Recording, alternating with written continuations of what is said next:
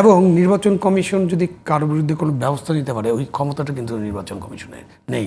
তখন তাকে রেফার করতে, ধরেন একজন সুপারিনটেন্ডেন্ট অফ পুলিশ এসপির বিরুদ্ধে একটা ব্যবস্থা নিতে হবে, তাকে বদলি করতে হবে, তো তাকে স্বরাষ্ট্র মন্ত্রণালয়ে যেতে হয়।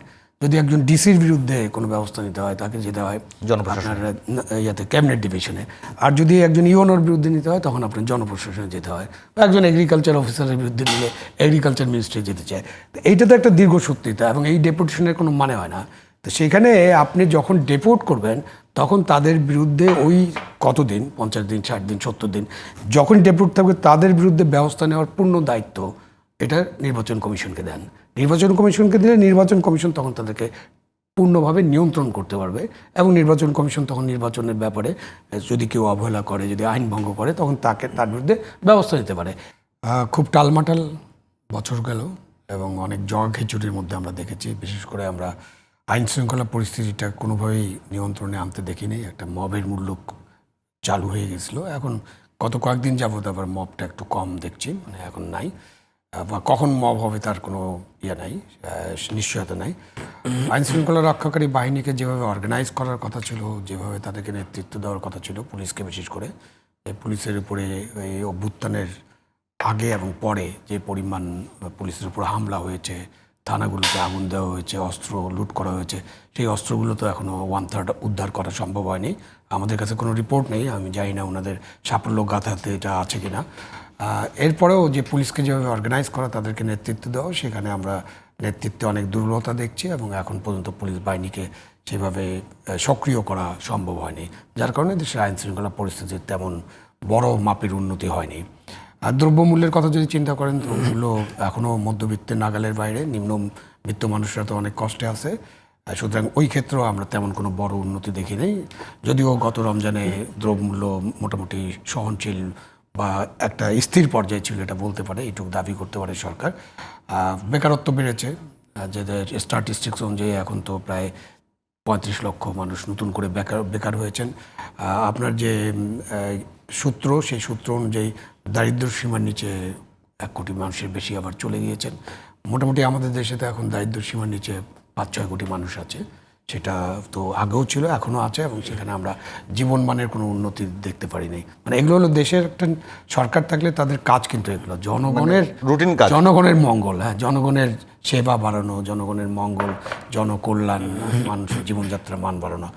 এরপরে তাদের যে কাজ নিয়ে তারা খুব ব্যস্ত ছিলেন সেটা হলো যে প্রথম থেকেই একটা সংস্কার একটা ইয়ে ছিল, এবং সংস্কারের জন্য বেশ কয়েকটা কমিটিও গঠন করা হয়েছিল।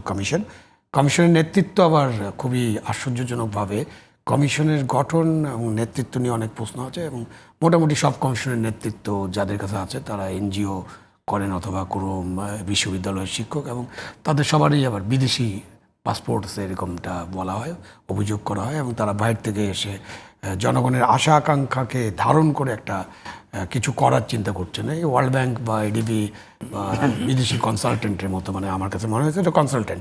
প্রিন্স ভাই আরও ভালো বলতে পারবেন, কেন এইসব কমিশনে তো তিনি ছিলেন, আলোচনা করেছেন, সুতরাং আরও ভালোভাবে বলতে পারবেন।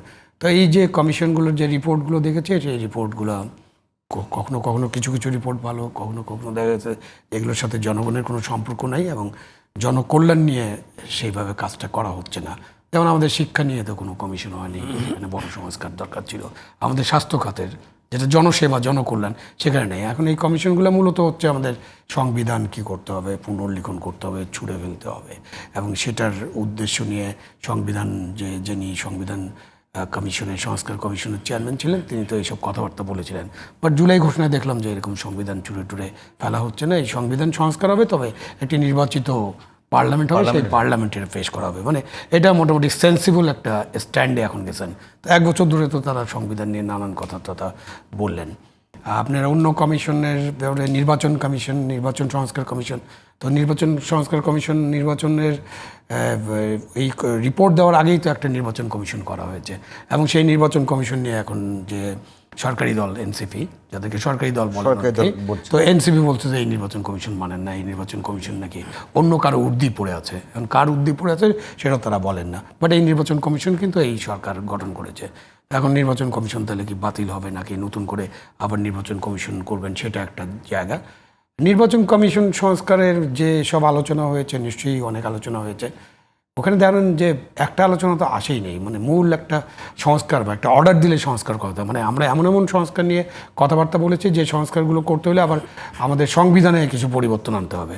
সুতরাং আপনি সংবিধানে পরিবর্তন আনবেন, 70 অনুচ্ছেদ, উচ্চ কক্ষ, ব্যালেন্স অফ পাওয়ার, আরও নানান কিছু আছে, মৌলিক কিছু।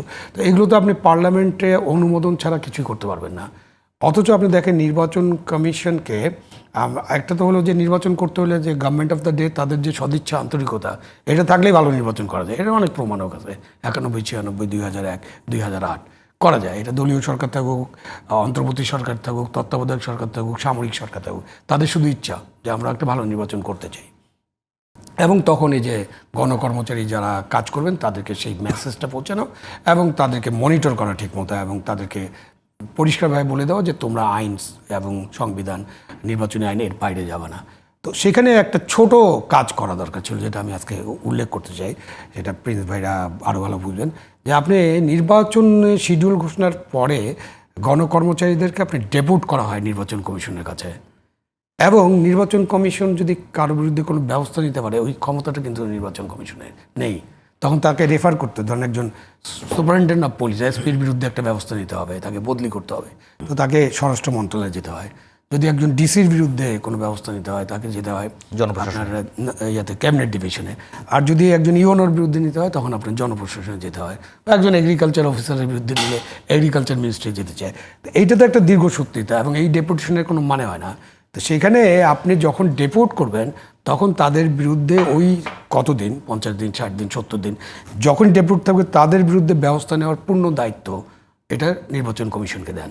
নির্বাচন কমিশনকে দিলে নির্বাচন কমিশন তখন তাদেরকে পূর্ণভাবে নিয়ন্ত্রণ করতে পারবে, এবং নির্বাচন কমিশন তখন নির্বাচনের ব্যাপারে যদি কেউ অবহেলা করে, যদি আইন ভঙ্গ করে, তখন তার বিরুদ্ধে ব্যবস্থা নিতে পারে।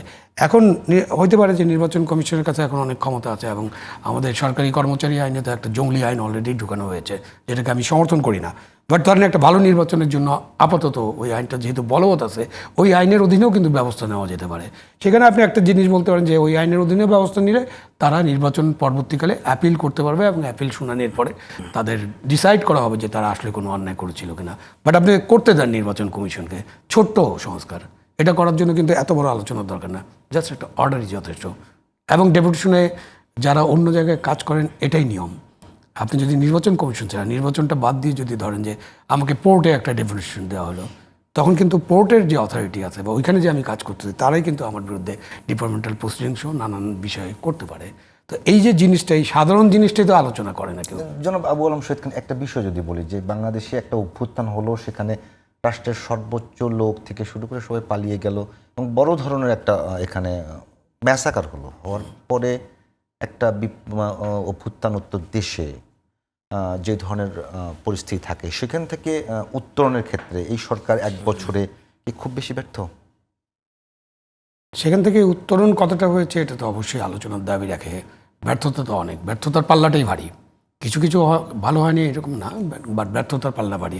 মানে এই সরকার হচ্ছে আমার দেখা এই 54 বছরের সবচেয়ে দুর্বল, তো ইভেন আইয়ুব খানের সাথে তুলনা করলে সবচেয়ে দুর্বল সরকার। এই সরকারের যে ধরেন কাজকর্ম কি দুর্বল হওয়াটাই স্বাভাবিক না? ফেসবুক সরকার দুর্বল হবে কেন? আপনি সরকার দায়িত্ব নিচ্ছেন, আপনি ঠিকমতো রাষ্ট্রের সবগুলো অর্গান তো একবারে, মানে ওই যখন অভ্যুত্থান হয় সবগুলো অর্গানকে একেবারে সবগুলো রাষ্ট্রের প্রতিষ্ঠান এক প্রকার ভেঙে পড়ছে। এটা তো ভেঙে ফেলা হয়েছে, আপনি সেটাই তো রক্ষা করতে পারেন। হ্যাঁ, অভ্যুত্থান এটা ভেঙে ফেলার বিষয়টা আরেকটা আলোচনার দাবি রাখে। আপনি এইভাবে ভাঙবেন কেন? আপনি একটা অভ্যুত্থান করলেন, আপনাকে প্রধান উপদেষ্টা এখন কোথায় বসে যেন, তার অফিসটা তো কোথায়? প্রাইম মিনিস্টার, সাবেক প্রাইম মিনিস্টার অফিস। আপনি যদি সেই অফিসে আপনার প্রধান উপদেষ্টাকে বসতে হয়, তাহলে সেই অফিস কেন লুটপাট হবে? সেই অফিসে মানুষজন কেন ঢুকে যাবে? আপনি পার্লামেন্ট ইলেকশন করবেন, পার্লামেন্ট কোথায় বসবে? তখন তো এই সরকার ছিল না। এই সরকার ছিল না, কিন্তু আমাদের তো দায়িত্ব ছিল কারো না কারো, কেউ কেউ দায়িত্ব নিয়েছিলেন। সরকার থাকুক বা না থাকুক, এটা অভ্যুত্থানকারীদের দায়িত্ব যে তারা মাসকে কিভাবে নিয়ন্ত্রণ করবেন। এর আগেও অভ্যুত্থান হয়েছে জেনারেল এরশাদের সময়, জেনারেল এরশাদের সময় অভ্যুত্থান হয়েছে, এবং 8 বছর কিন্তু অনেক আন্দোলন হয়েছে। এবং সেই সময় কিন্তু অভ্যুত্থানের সাথে যুক্ত ছাত্র জনতা, এই আপনার বেলি রোডে, মিন্টো রোডে যে মন্ত্রীদের বাসা ছিল, সেগুলো কিন্তু আক্রমণ করতে গিয়েছিল। বাট অভ্যুত্থানের যারা নেতা, যারা আন্দোলনকারীদের সামনে ছিলেন, যেহেতু রাজনৈতিক নেতৃত্ব ছিল, তাদের ম্যাচুরিটি ছিল, তারা কিন্তু এগুলো করতে দেননি। এক আল্লাহওয়ালা বিল্ডিং ছাড়া কি সব কিছু চুরমার হয়েছে? জেনারেল এরশাদের অফিস কি ভাঙচুর হয়েছে, লুটপাট হয়েছে? জেনারেল এরশাদ কি ঘৃণিত একজন স্বৈরশাসক ছিলেন না? এই বিষয়গুলো নিয়ে একটু কথা বলে আসি। কথা বলে রুহিন হোসেন প্রিন্স কি এটা অভ্যুত্থানকারীদের দায়িত্ব। এটা মানে